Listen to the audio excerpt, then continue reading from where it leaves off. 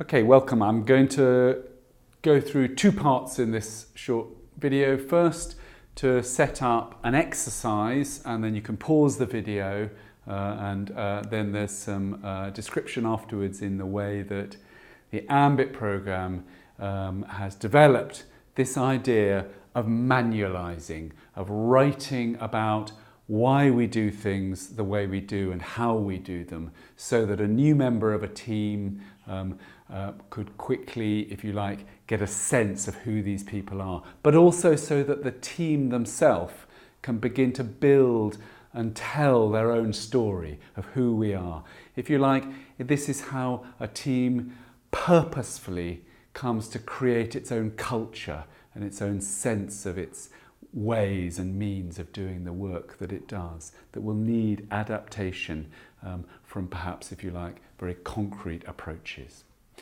So that's why we think that a team that is manualizing, that is doing this kind of writing down, if you like, recording, they could use video, they could use posters, but the team that is recording how it does what it does, manualizing, is really a team that is mentalizing, in that in order to do the first, you have to be doing the second.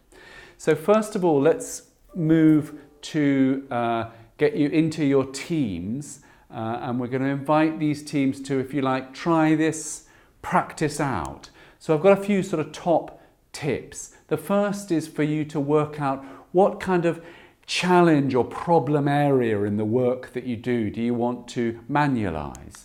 And we would seriously recommend that we first of all pick an area of your practice that actually collectively as a team, by and large, you're reasonably comfortable or even proud of, that this is something that we do well. Something that, you know, if you had a new member of the team, you might want to explain, we've got our handovers worked really well. We do our early kind of engagement with a client in ways that we think we'd like you to understand, so that you could kind of copy and learn from us, or, you know, something more boring like, this is how we do leave requests. I suspect that would be too tedious to do.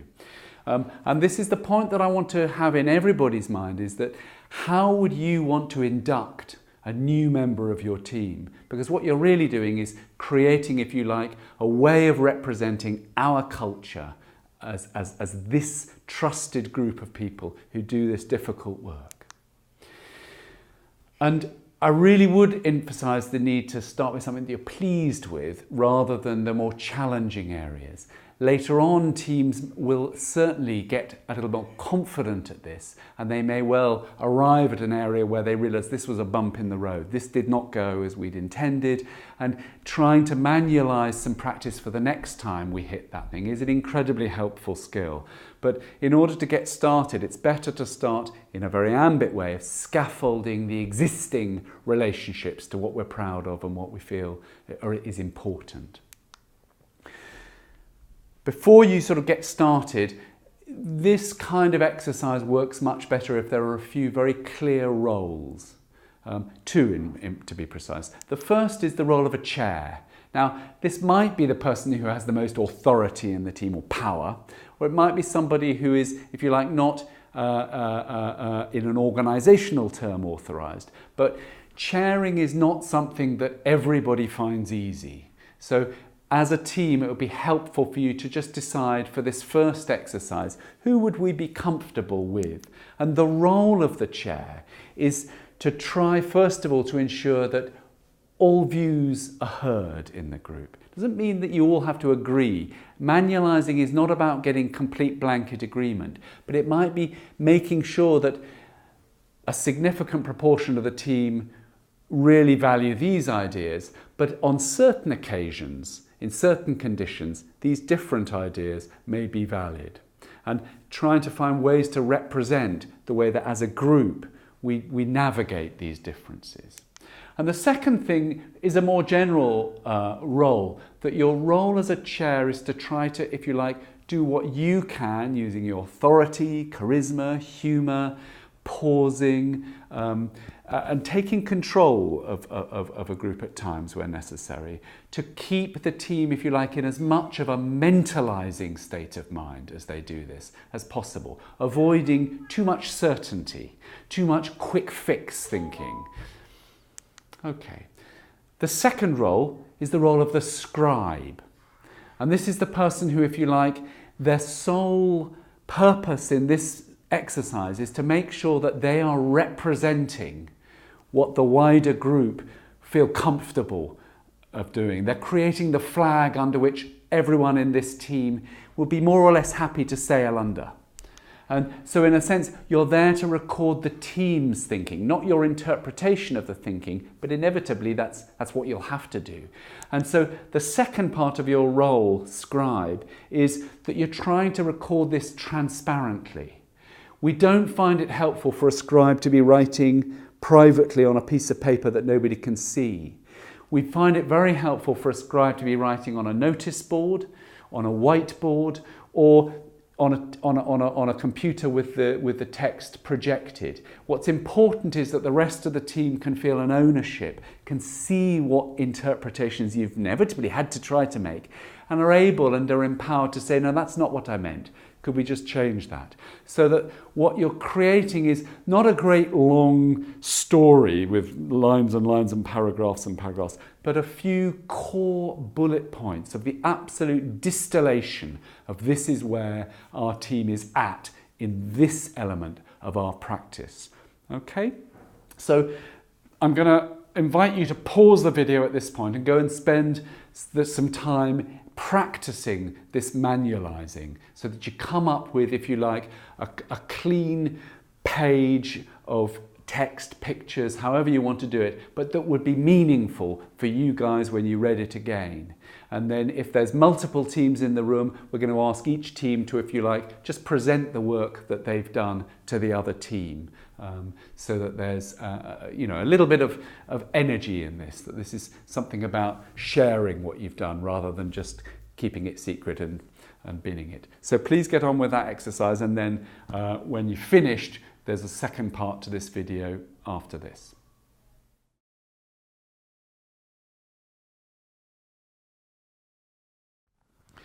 So now that you've finished that exercise, I'm going to invite you to just hear a little bit about Ambit's approach to using, if you like, an online, you could say it as a kind of blogging version of manualizing for a team. Earlier we spoke about Ambit as trying to create this notion of learning organizations, and we'd see a manual as, if you like, a repository, a place to keep the collected knowledge of the people who come into this team and will eventually leave the team. But when they leave, we don't want them to leave with all of their expertise. We want them to be able to leave that expertise in the team for the new members to take on.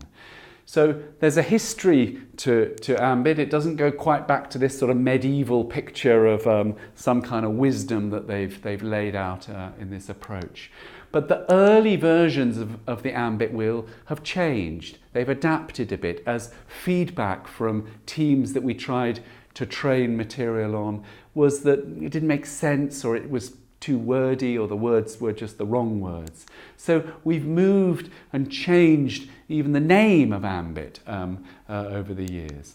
And I suppose the invitation to you as a team is, what is it that you will be writing? What is it that you will be gathering together that actually represents not Ambit, but us, our team, doing what it does in the most expert ways that we currently understand, with the expectation that next year we'll be doing things differently, because if we're doing things the same, it means we've just stopped, we've stalled.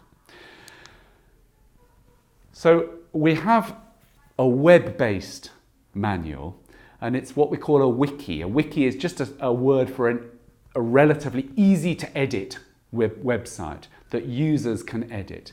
And if you think of our manual as looking a bit like this kind of web of information. Pages are linked by meaning and themes, and once you've got to know your way around it, it kind of functions much like other websites. You can follow a theme, or you can look for a particular kind of specific page by searching. Now, every time that we kind of bring in more evidence, either from outcome research, from the sort of wider world, or from the experience of teams, we can try and add and adapt. So this sort of current representation of what works for whom is how we would see what we call the core content of Ambit. But what we're interested in is actually, as much of that is the teams that we train, who bring their own material, their own expertise. But when we train a team, we will always, if you like, open up a new wiki which inherits all of our material as a sort of given, as a place to, if you like, get started from. And there's now, lots of these versions, some of which have been very actively added to, and others of which are pretty much the same. And this is what we would call the community of practice, that although one team in one part of the country or the world may be doing slightly different work, there's often a lot of similarities. So why does this matter? Well, it means that as new evidence appears, we can push that evidence out to all of the other teams that are happening, that are using this. Well, of course, that's just like any website. You just change the website. So why do we use this complicated thing where each team actually owns its own website and kind of inherits our material as like a sort of foundational layer? Well, it's for this reason. What you've just done in your exercise is an exercise of manualizing, and teams are writing their own pages describing how we negotiate this particular area, how we've made some tweaks, we've made some adaptations that we think this is a more effective way. Even better than that, you may have done some outcomes. You've actually made some measures that the young people or the clients we work with, they like this way better than the old way we did it. Or you may even have some more validated scientific outcomes. Every so often a team will write a page that is really valuable not just to them but to the wider community, and the website allows for people to notice what each of you are writing about. And if you want to borrow, kind of clone, if you like, and take pages that have been written elsewhere into your own wiki or website, and then you can adapt those pages on. It's like cloning and then customizing the kind of inventions and the innovations of other teams. And as the sort of curators at the sort of the bottom layer, the sort of underground layer, we're often interested in what comes up. And every so often, we may decide that a new innovation is so valuable that we would want to draw it down into the core content. And that would then automatically share to all of the team. So that Ambit Manual becomes, if you like, not just a way for a team to increasingly define ourselves and our culture and our practice, but to more generously, in this open source way, to share it and to share it and disseminate new ways of working at much faster speeds.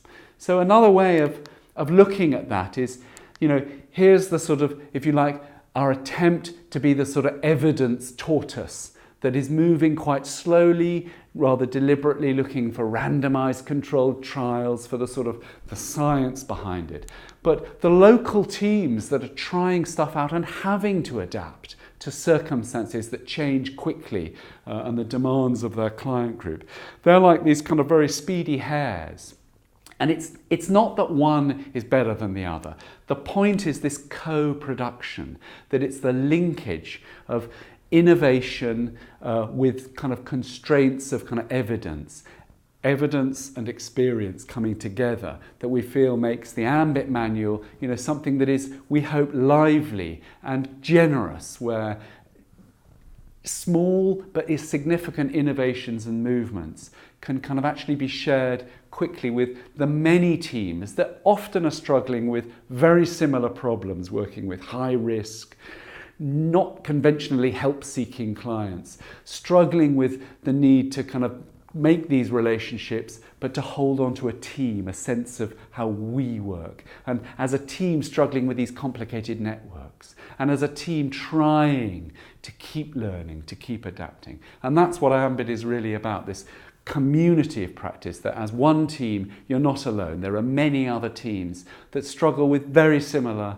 elements of this practice. And we hope that the web-based materials that we've generated can be part of trying to support this much wider community of practice. So that's why we seriously invite teams to get serious about manualizing. You can do it on paper if you want, but if you do it on a website, you're never going to lose it. It's not going to be disappearing and somebody's used it as a doorstop or for some other non-practical reason. It's always there and you can look at it on a phone. So we encourage you to think about that and to give it a try.